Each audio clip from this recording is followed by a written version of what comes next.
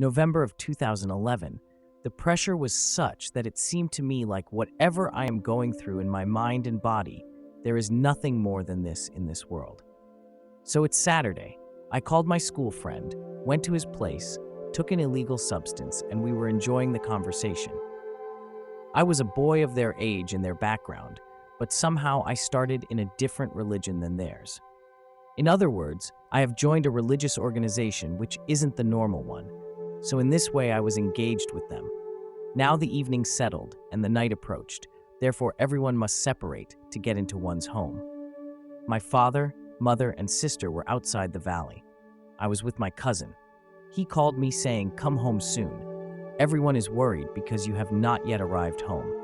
I pacified him and told him to wait a bit more. I am leaving this place to come home. So, I left the rush in the gathering, and the gathering settled. Then my friend came to see me to the parking lot. I started my bike. Whatever frustration of the world I was going through, I was still ready to show them my bike stunts, as they were telling me to drive safe home. Now I am in the street riding on my bike. Unlike any other day, I was now going back to home, as opposite of going to attain the gathering.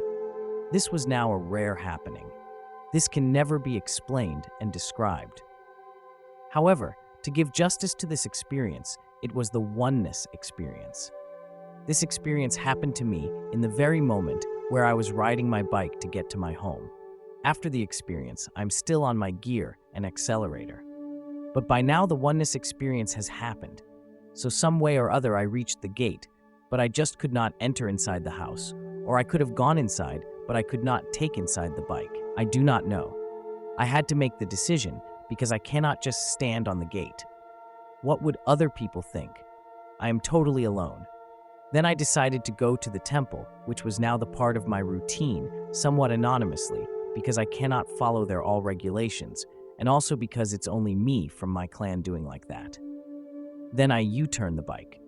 Now I'm heading towards the temple in hopes that I would get some relief to the just happened experience. After the ongoing experience, which I thought is the most intense, and there shall be nothing more than this. So on the way, I heard the voice. I guess the source of the voice knew what had happened to me, the oneness experience.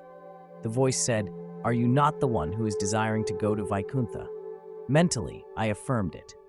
Then I thought of the girls of my age who had also joined this religious organization purposefully. When their time comes, might be, they will also be greeted by the voice. And the phase was like, I am now done with the world, never to come back. A glorious moment. Then I thought of my father and his purse. What will he think if he comes across this news? Well, by then, I already will be gone. So because the voice did offer me Vaikuntha, I became ready to leave my bike out of my control so that he will show up and take me to Vaikuntha as a deal.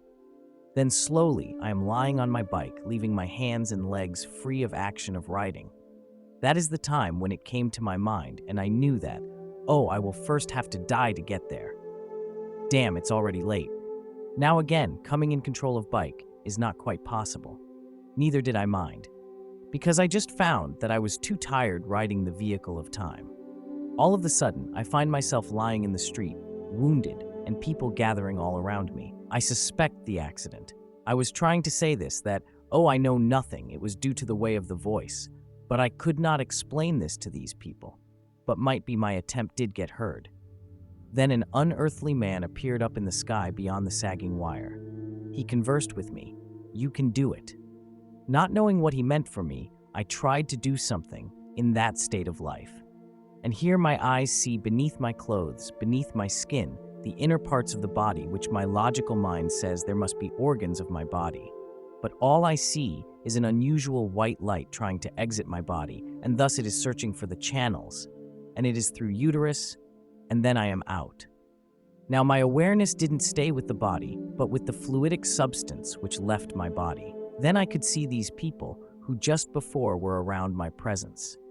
Now it seemed like they could not sense my presence, because as they were gathering around my body, I was hovering around my body.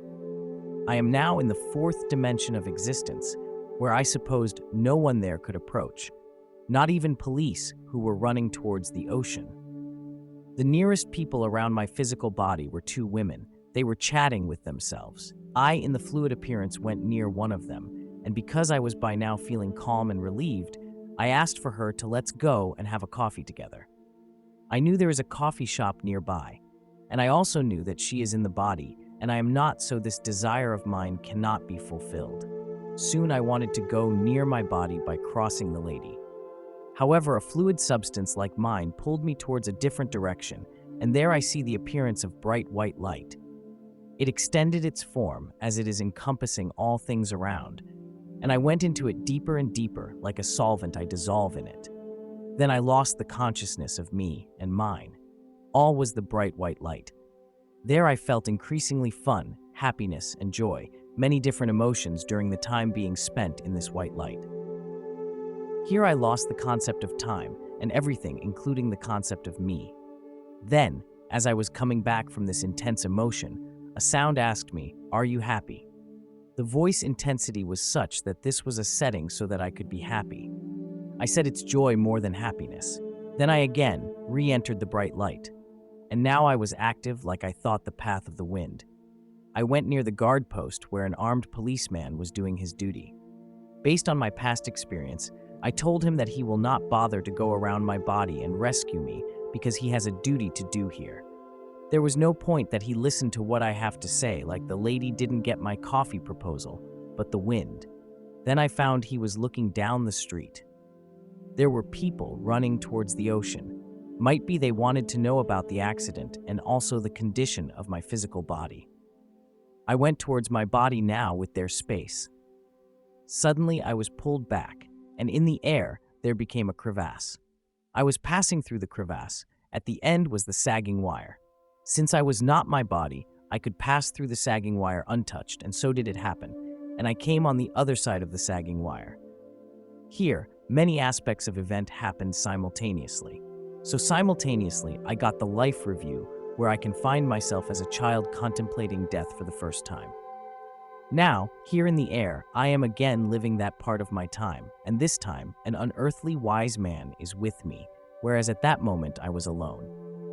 Then at the same time, I was also introduced to a landscape where the wise man gave me the wisdom, not having which I was living as an ignorant. There also, I knew people indirectly about their lifestyle, which I felt like an attraction for the one who now has left the body and so must be desiring to have it again, seeing other living. But I also had interest in them as a service to them, so that the humanity could be living for their ultimate. So, I tried to untie the knot of the hoarding board, which I found to be a distraction because it leads people unnecessarily to be inclined towards the material, and so the search for the ultimate could not be reached. This was my thought as the task which I would do if I was able and capable to do. So at that time this came to my mind, and I tried for it. I also glimpsed the appearance of my grandfather there.